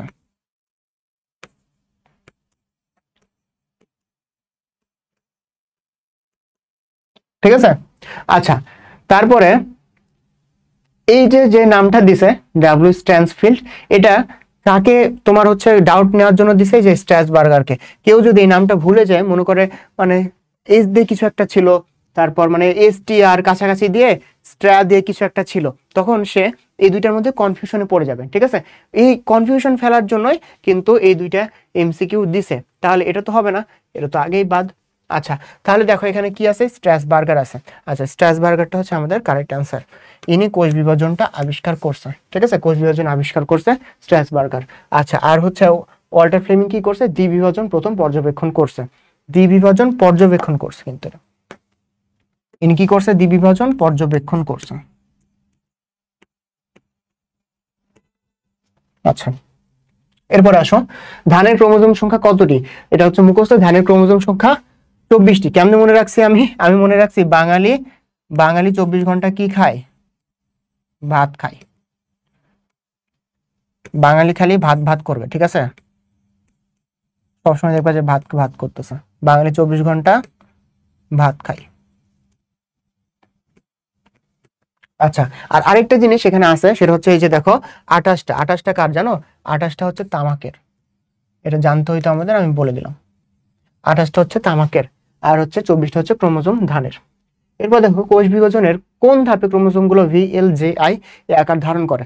আমরা জানি যে অ্যানাফেজ দশায় ক্রোমোজোম গুলো ভাগ হয়ে যায়, তাই না? অ্যানাফেজ দশায় ক্রোমোজোম গুলা ভাগ হয়ে যায়। ভাগ হয়ে ভি আকার মানে কি? সেন্ট্রোমিয়ারটা একদম মাঝামাঝিতে থাকে, এটাকে বলা হয় মেটাসেন্ট্রিক। এলটা কি? এলটা হচ্ছে সেন্ট্রোমিয়ারটা তোমার যে একদম মাঝামাঝি থেকে একটু দূরে থাকে, মাঝামাঝি থেকে একটু দূরে থাকে। ঠিক আছে, এই যে এটা হচ্ছে সেন্ট্রোমিয়ার, এটা হচ্ছে সেন্ট্রোমিয়ার, মাঝামাঝি থেকে একটু দূরে থাকে। এরপরে যে, তারপর হচ্ছে আই, তাই তো? আচ্ছা, তোমার যে থেকে এটা হচ্ছে মেটাসেন্ট্রিক, এটা হচ্ছে সাবমেটাসেন্ট্রিক, যেটা হচ্ছে অ্যাক্রোসেন্ট্রিক, আর এটা হচ্ছে একদম প্রান্তে। তাহলে কি, সেন্ট্রোমিয়ারটা যখন ভাগ হওয়ার ফলে একদম মাঝখানে থাকবে, এটা হচ্ছে মেটাসেন্ট্রিক। মাঝখান থেকে একটু দূরে, এটা হচ্ছে সাবমেটাসেন্ট্রিক। তারপর হচ্ছে প্রান্তের কাছাকাছি, প্রান্তে না কিন্তু প্রান্তের কাছাকাছি, এটা হচ্ছে তোমার হচ্ছে অ্যাক্রোসেন্ট্রিক। আর যদি একদম প্রান্তে থাকে, এটা হচ্ছে টেলোসেন্ট্রিক। একদম প্রান্তে থাকলে কি হবে? টেলোসেন্ট্রিক হবে। তাহলে এখানে এই যে এগুলো ভাগ হয়েছে, এগুলো কখন হয়? অ্যানাফেজে হয়। ঠিক আছে। আচ্ছা, এরপর দেখো, অপত্য ক্রোমোজোম মেরুমুখী হয় কখন? ওই যে ভাগ হয়ে মেরুমুখী হয় কোন দশায়? অ্যানাফেজ দশায় বা অ্যানাফেজ ফেজে। ঠিক আছে। আচ্ছা, সাবমেটাসেন্ট্রিক ক্রোমোজোম কোষ বিভাজনে অ্যানাফেজ দশায় কোন অক্ষরের আকৃতি ধারণ করে? ওই যে VLJI। তাহলে মেটাসেন্ট্রিক, সাবমেটাসেন্ট্রিক, অ্যাক্রোসেন্ট্রিক, টেলোসেন্ট্রিক। আমরা যদি সিরিয়ালটা মনে রাখি তাইলেই হবে। তাহলে সাবমেটাসেন্ট্রিক মানে কি? দ্বিতীয়টা, তাহলে কি এটা? এল হবে। ঠিক আছে। আচ্ছা, যে ক্রোমোজোমে সেন্ট্রোমিয়ারের অবস্থান ঠিক মাঝখানে, সেটি কোনটা? ঠিক আছে, একদম মাঝখানে। ঠিক কোথায় এটা? মাঝখানে। আমি তো বললাম যে মেটাসেন্ট্রিকটা কোথায়? মাঝখানে। তাহলে এটা কি হবে? মেটাসেন্ট্রিক। এরপরে, কোষীয় কোন অঙ্গাণু বংশগতির উপাদান বহন করে? বংশগতির উপাদান বহন করে কে?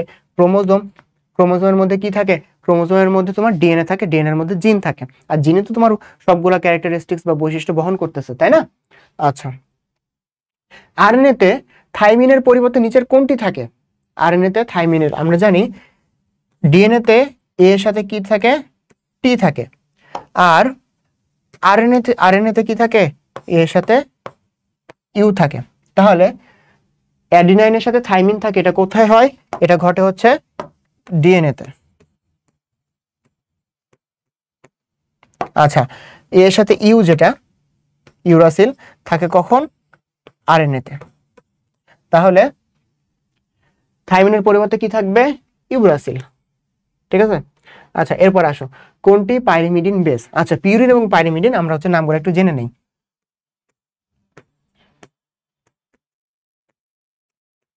আচ্ছা, পিউরিন কোনগুলা, অ্যাডিনিন আর গুয়ানিন, এ আর জি। আচ্ছা, তারপর হচ্ছে পাইরিমিডিন,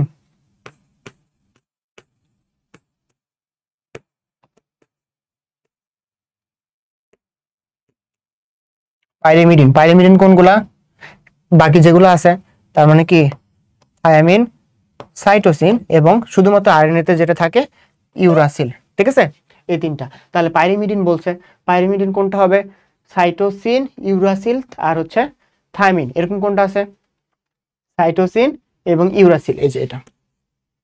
আচ্ছা, এরপরে দেখো, নিউক্লিওসাইডে পেন্টোজ সুগারের কত নম্বর কার্বনে নাইট্রোজেন বেস যুক্ত থাকে।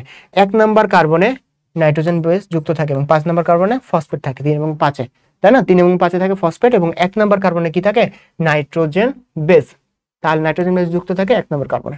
আচ্ছা, ডিএনএ এর মনোমারকে কি বলা হয়, ডিএনএ এর মনোমারকে, আচ্ছা, আরএনএ এর মনোমারকে বলা হয় রাইবোনিউক্লিওটাইড, আর ডিএনএ এর মনোমারকে কি বলা হয়, ডিঅক্সি রাইবোনিউক্লিওটাইড। এখন ডিঅক্সি মানে কি, অক্সিজেন নাই, তাহলে কত নম্বর কার্বনে একটা অক্সিজেন ঘাটতি আছে, 2 নম্বর কার্বনে।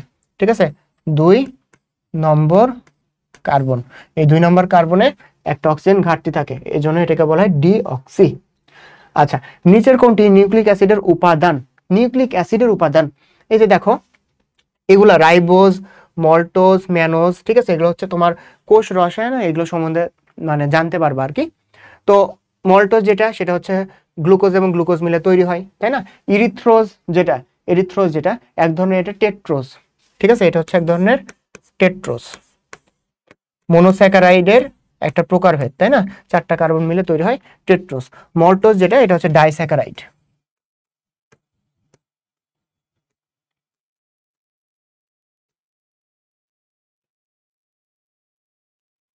আর এই যে রাইবোজ যেটা, রাইবোজ হচ্ছে এক প্রকার হেক্সোজ, তাই না, রাইবোজ হচ্ছে এক প্রকার হেক্সোজ, মানে হচ্ছে 6টা কার্বন নিয়ে সে তৈরি। আর রাইবোজ সুগার, সরি রাইবোজ হচ্ছে পেন্টোজ, মানে হচ্ছে 5 কার্বন। ঠিক আছে। আচ্ছা, এই রাইবোজ এবং ডিঅক্সি রাইবোজ এগুলো হচ্ছে নিউক্লিক অ্যাসিডের উপাদান। আচ্ছা, এরপরে কোনটি পিউরিন বেস, পিউরিন বেস কোনটা, অ্যাডিনিন আর গুয়ানিন। অ্যাডিনিন গুয়ানিন কোথায় আছে, এই যে অ্যাডিনিন। এরপর আসো, দ্বিসূত্রক নিউক্লিক অ্যাসিডের নাইট্রোজেন ঘটিত ক্ষারের ক্রম হলো কোনটা। ঠিক আছে। আচ্ছা, দ্বিসূত্রক নিউক্লিক অ্যাসিড মানে কি হবে, এখানে কি বোঝাইছে, ডিএনএ বোঝাইছে, কি এটা, ডিএনএ। তাহলে অ্যাডিনিনের সাথে কি, থাইমিন, আর গুয়ানিনের সাথে সাইটোসিন, এই যে প্রথমটাই আমাদের কারেক্ট। গুয়ানিনের সাথে কখনো কি অ্যাডিনিন যুক্ত থাকে, দেখো তো, গুয়ানিনের পরে এখানে কি দিছে, অ্যাডিনিন দিছে, ভুল এটা। তারপর সাইটোসিনের সাথে কি থাকে, গুয়ানিন থাকে, সাইটোসিনের পরে কি দিছে, অ্যাডিনাইন দিছে, ভুল এটা। তারপর হচ্ছে থাইমিনের সাথে এটি না, তাহলে থাইমিনের সাথে কি থাকবে, অ্যাডিনিন থাকবে, এখানে কি আছে, গুয়ানিন দিছে, তার মানে এটা কি ভুল, তাহলে আমাদের প্রথমটা যেটা এটাই কারেক্ট অ্যান্সার। আচ্ছা, কোনটি জীবের বংশগতীয় পদার্থ, আচ্ছা, বংশগতীয় পদার্থ কোনটা, ডিএনএ। এখানে কেউ কিন্তু ভুল করিও না, আরএনএ যাদের ডিএনএ নাই তাদের কিন্তু বংশগতীয় এটা হচ্ছে পদার্থ হচ্ছে আরএনএ। ঠিক আছে, তারা তাদের ক্যারেক্টারিস্টিক্স মানে বহন করতে সাহায্য করে, কিন্তু আমাদেরকে বা এখানে জীবের যেহেতু বলা হয়েছে, অবশ্যই এটা তোমাকে ধরে নিতে হবে যেটা উন্নত শ্রেণীর জীব তাদেরকে বোঝানো হয়েছে। ঠিক আছে, এটা কি ডিএনএ। কোনটি মাস্টার মলিকুল নামে পরিচিত, ডিএনএটাকে মাস্টার মলিকুল নামে পরিচিত, কারণ সে কি করে, সব ক্যারেক্টারিস্টিক্স বা বংশগতির কাজ করে। ঠিক আছে। আচ্ছা, আরএনএ কে হাইড্রোলাইসিস করলে পাওয়া যায়, দেখো আরএনএ কে হাইড্রোলাইসিস করলে অবশ্যই ডিঅক্সিরাইবোজ পাওয়া যাবে না, কারণ ডিঅক্সিরাইবোজ তো ডিএনএ এর একটা গাঠনিক উপাদান, তাই না। তারপর হচ্ছে থায়ামিন, হিস্টোন। আচ্ছা, অ্যাডেনিনের পরিবর্তে আরএনএতে কি থাকে, ইউরাসিল থাকে, তার মানে থায়ামিন থাকে না, তাহলে এটা কি হবে, ইউরাসিল। আর হিস্টোন প্রোটিন কোথায় থাকে, ডিএনএ তে থাকে। হিস্টোন প্রোটিন কিন্তু ডিএনএ তে থাকে, ঠিক আছে। হিস্টোনটা কি এক ধরনের প্রোটিন, এই প্রোটিনটা কোথায় থাকে, এই প্রোটিনটা থাকে ডিএনএ তে। আচ্ছা, এরপরে আসো, কোন নাইট্রোজেন বেস শুধু রাইবোজোমের সাথে যুক্ত, রাইবোজের সাথে যুক্ত হয়। আচ্ছা, কোন নাইট্রোজেন বেস শুধু রাইবোজের সাথে যুক্ত হয়, তার মানে কি, এটা কি বোঝাচ্ছে, আরএনএ। তাহলে আরএনএ তে শুধুমাত্র কোনটা থাকে, ইউরাসিল থাকে। বুঝছো কি, রাইবোজ, ডিঅক্সি রাইবোজ মানে কি, ডিএনএ, রাইবোজ মানে যেহেতু বলছে এটার জন্য কি হবে, এটা আরএনএ হবে। আরএনএ তে কোনটা থাকে, ইউরাসিল থাকে। আচ্ছা, এরপরে নিচের কোনটি 3' প্রান্তে সিসিএ লেজ থাকে। আচ্ছা, এটা হচ্ছে টিআরএনএ। টিআরএনএ এর আরো কিছু বৈশিষ্ট্য জানতে হবে আমাদের। সিসিএ লেজ ছাড়াও আর কি থাকে, অ্যান্টিকোডন লুপ থাকে, অ্যান্টিকোডন লুপ অথবা ফাঁস, ঠিক আছে, এটা থাকে। আচ্ছা, এটা কিন্তু টিআরএনএ তে থাকে। আর অ্যান্টিকোডন, একটু আগে আমরা পড়ে আসলাম, অ্যান্টিকোডন বিদ্যমান কোথায়, টিআরএনএ তে। এরপর একটু আমরা ফার্স্টে যাই, অ্যান্টিকোডন বহন করে আবার টিআরএনএ। আচ্ছা, এরপরে দেখো, একটি অ্যান্টিকোডনে কতটি নাইট্রোজেন বেস থাকে, একটি অ্যান্টিকোডনে 3টা নাইট্রোজেন বেস থাকে, ঠিক আছে। একটি অ্যান্টিকোডনে থাকে 3টা নাইট্রোজেন বেস, এটা আমাদের মুখস্থ পড়া। আচ্ছা, আগের কোশ্চেনটা, এই যে 3টা নাইট্রোজেন বেস থাকে, এটা কিন্তু আমাদের জানতে হবে। টিআরএনএ তে কয়টি বেস নিয়ে একটি অ্যান্টিকোডন গঠিত, আবার 3টা নাইট্রোজেন বেস, ঠিক আছে। নাইট্রোজেন বেস কয়টা থাকে, 3টা, খুবই কিন্তু মনোযোগ দিয়ে শুনে ফেলো, এটা কিন্তু অনেকবার আসছে। নিচের কোন প্রক্রিয়ায় প্রাইমারি তৈরি হয়। আচ্ছা, প্রাইমারি না, এটা হবে প্রাইমার, ঠিক আছে। এটা কি, এটা হচ্ছে প্রাইমার, এটা সঠিকটা হবে প্রাইমার। আচ্ছা, প্রাইমার তৈরি হয় কোন প্রক্রিয়ায়, রেপ্লিকেশন প্রক্রিয়ায়। রেপ্লিকেশন প্রক্রিয়ায় প্রাইমার তৈরি হয়, এই যে রেপ্লিকেশন প্রক্রিয়ায় প্রাইমার তৈরি হয়। কোন এনজাইম সাহায্য করে, প্রাইমেজ এনজাইম সাহায্য করে। আচ্ছা, আর ট্রান্সক্রিপশনে কিন্তু কোনো প্রাইমারের প্রয়োজন হয় না, ট্রান্সক্রিপশনে কোনো প্রাইমারের প্রয়োজন হয় না, ঠিক আছে। আচ্ছা, ডিএনএ প্রতিলিপন বা রেপ্লিকেশন যেটা সময় হাইড্রোজেনের বন্ধনী ভাঙে কোন এনজাইম, এর হচ্ছে বন্ধনী, হাইড্রোজেনের বন্ধনী ভাঙে কোন এনজাইম, ডিএনএ প্রতিলিপনের সময় হাইড্রোজেন বন্ধনী ভাঙে।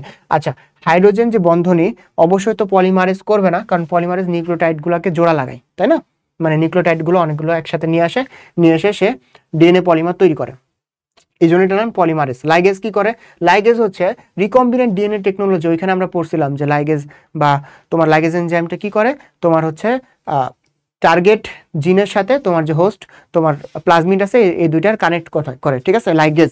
তারপর প্রাইমেজ কি করে, প্রাইমেজ হচ্ছে প্রাইমার তৈরি করে।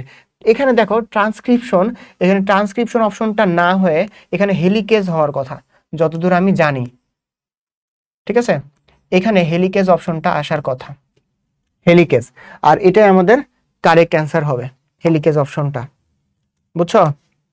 আমি যখন এমসিকিউ গুলো দেখছিলাম এখানে হেলিকেজ ছিল, স্লাইডে তুলতে হয়তো ভুল করছে। আচ্ছা, এরপর দেখো, ডিএনএ অণুর প্যাচ খুলতে সাহায্য করে, এই যে দেখো হেলিকেজ, হেলিকেজটা হচ্ছে প্যাচ খুলতে সাহায্য করে। তাহলে সবগুলোর কাজ কিন্তু আমাদের জানতে হবে, লাইগেজের কাজ বলছি, পলিমারেজ বলছি, আর আইসোমারেজ এনজাইম মানে কি, একটা আইসোমার থেকে আরেকটা আইসোমারে পরিণত করে, এটার কাজ কে করে, আইসোমারেজ। আর এই যে হেলিকেজ হচ্ছে প্যাচ খুলতে সাহায্য করে। আরএনএ তৈরির প্রক্রিয়া কোনটা, ডিএনএ থেকে আরএনএ তৈরির প্রক্রিয়া কি, এটাকে বলা হয় ট্রান্সক্রিপশন, তাই না। ডিএনএ এখান থেকে এমআরএনএ, এমআরএনএ থেকে কি তৈরি হয়, এখান থেকে তৈরি হয় প্রোটিন, প্রোটিন তৈরি হয়, তাই না। এখন দেখো, এইখানে ডিএনএ থেকে এমআরএনএ তৈরির প্রক্রিয়াকে বলা হয় ট্রান্সক্রিপশন।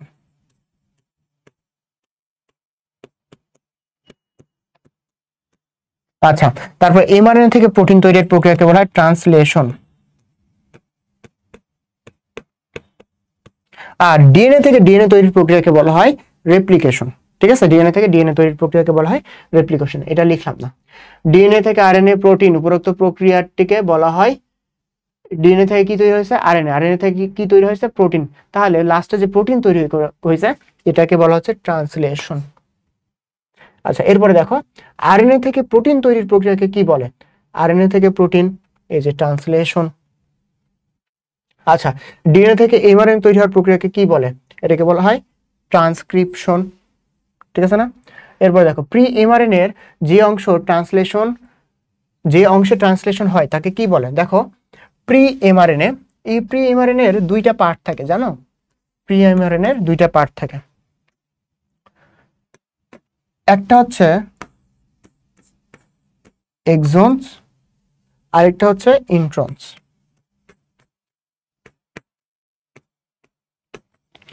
এক্সনস যেটা কি করে, এক্সনসটা হচ্ছে তোমার বৈশিষ্ট্য প্রকাশ করে, এটা হচ্ছে প্রকাশ করে, ঠিক আছে? এখন যদি আমরা প্রি এমআরএনএ যে এক্সনস অংশটা এটা বৈশিষ্ট্য প্রকাশ করে, তার মানে কি এটা হবে ট্রান্সলেশন তৈরি করে বা ট্রান্সলেশনের মাধ্যমে প্রোটিন তৈরি করে। আর ইন্ট্রনস তাহলে কি করে, ইন্ট্রনসটা কেটে ফেলতে হয় স্প্লাইসিং এর মাধ্যমে। প্রি এমআরএনএ থেকে এমআরএনএ তৈরির প্রক্রিয়া হচ্ছে ইন্ট্রনসটা কেটে ফেলে দিতে হয়, ঠিক আছে? আচ্ছা, তাহলে এটা কি ট্রান্সলেশন হয় কোথায়? এক্সনসে। এরপরে ডিএনএ এর টেমপ্লেট সূত্রকের এটার কি অনুক্রম কি বলছে? GCAT। এখান থেকে কি তৈরি হবে?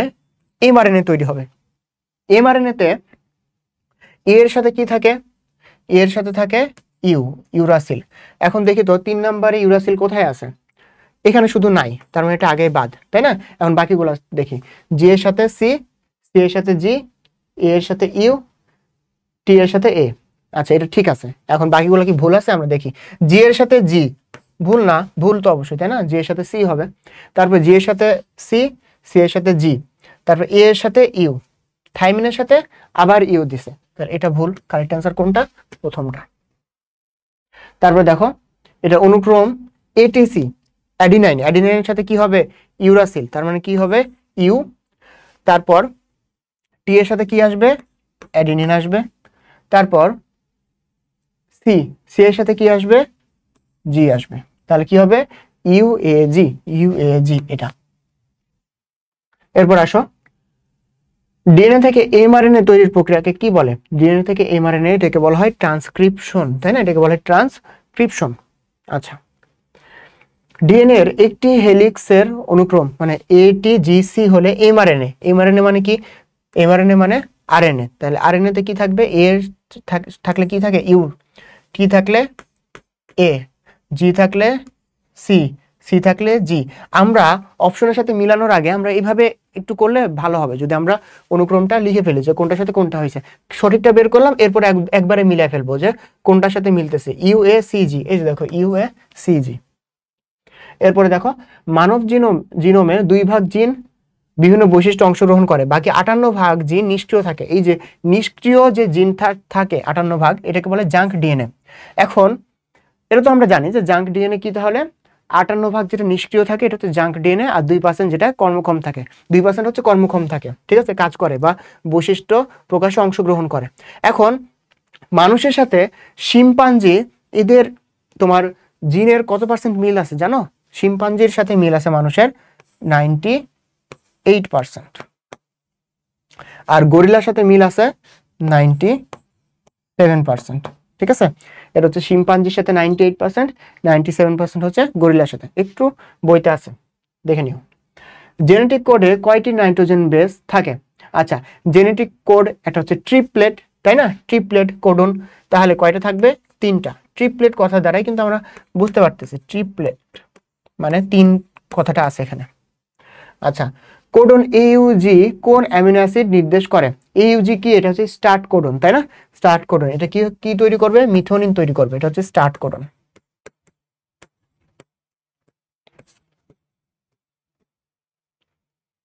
তারপরে দেখো নিচের কোনটি সেরিন অ্যামিনো অ্যাসিড চিহ্নিত নির্দেশ করে, ঠিক আছে? আচ্ছা, যত আমি এমসিকিউ দেখছি শুধুমাত্র এই এমসিকিউটাই একটু আলাদা। তোমরা হয়তো এখন বলবা যে ভাই আমরা কি সব অ্যামিনো অ্যাসিড মানে কোনটা কোন কোডন দ্বারা কোন অ্যামিনো অ্যাসিড নির্দেশ করছে এগুলো মুখস্থ করব? এতগুলো তো মুখস্থ করে রাখা সম্ভব নয়, এবং পরীক্ষা যে আসবে তার তো কোনো গ্যারান্টি নাই। এতগুলো মুখস্থ করে তো আমার কষ্ট, মনেও তো থাকবে না, তাই না? তো দেখো যেটা আসছে সেটা তুমি শুধুমাত্র করে ফেলো। সেরিন যেটা, সেটা কি? সেরিনটা হচ্ছে ইউসিসি, ঠিক আছে? ইউসিসি। এখন এখানে ইউএজি, এটা কি? ইউএজি তো হচ্ছে একটা স্টার্ট করুন, তাই না?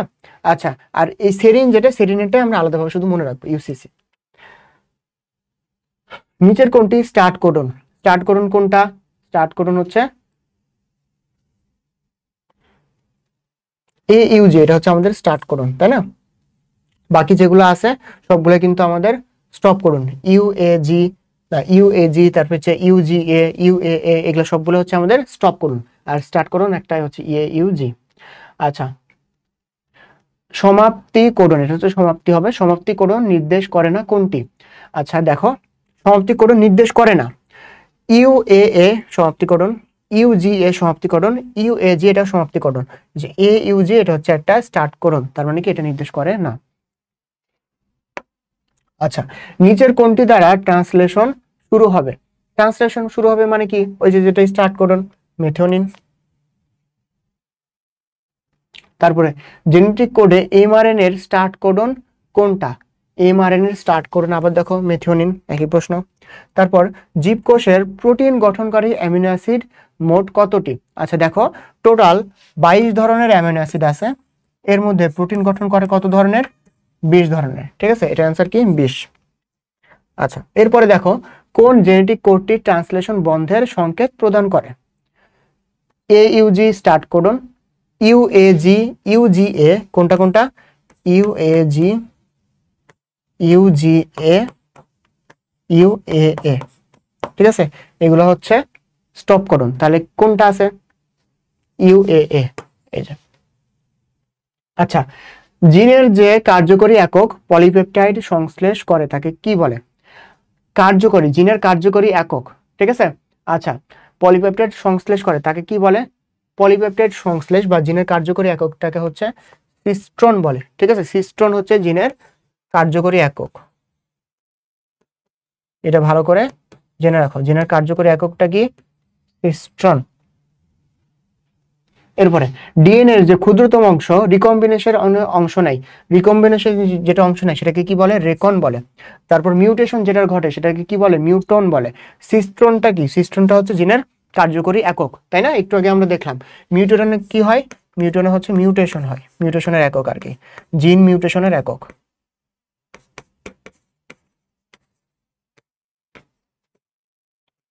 জিন মিউটেশনের একক কি? মিউটন, আর রিকন হচ্ছে রিকম্বিনেশন একক। আচ্ছা, পলিপেপটাইড ট্রান্সলেশনের জন্য টার্মিনেশন কোডন কোনটা? এই যে UAG, UGA, UAG আর UAA, এগুলো হচ্ছে টার্মিনেশন কোডন। কোন কোডটির অ্যামিনো অ্যাসিড বাহী টিআরএনএ নাই? অ্যামিনো অ্যাসিড বাহী টিআরএনএ নাই মানে কি? আবার দেখো সমাপ্তি কোডন কোনটা, এটা চাইছে। সমাপ্তি কোডন হচ্ছে UAA। আচ্ছা, তাহলে এই পর্যন্ত আমাদের শেষ ছিল। সো আমরা হচ্ছে দেখো অনেকগুলো এমসিকিউ করলাম, অনেকগুলো এমসিকিউ সলভ করছি। আমরা যে শুধু ওই কোশ্চেনটার অ্যান্সার জানছি এরকম না, আমরা হচ্ছে পাশাপাশি আরো যেগুলো এমসিকিউ ছিল মানে ইনফরমেশন ছিল সেগুলো আমরা জানার চেষ্টা করছি। সো আমাদের প্লে লিস্টে কিন্তু আবার বলি সব বোর্ড কোশ্চেনগুলো অ্যাড থাকবে, আমরা এইভাবে সলভ করব, ঠিক আছে। তাহলে এটা তোমার হচ্ছে এইচএসসি এবং অ্যাডমিশন দুইটাতে কাজে লাগবে। তো এটা তোমরা আমাদের ইউটিউব চ্যানেলেও পেতে পারো, আবার যারা আসলে আমাদের মেডিকেল ব্যাচগুলোতে ভর্তি আসো, তারা এনরোল করছো যারা, তারা কিন্তু ওয়েবসাইটে সরাসরি ওইখানে দেখতে পাবে, নিচে ওয়েবসাইটে চেক করলেই পেয়ে যাবা, ঠিক আছে। তো আজকে এই পর্যন্তই, সবার জন্য শুভকামনা, আল্লাহ হাফেজ।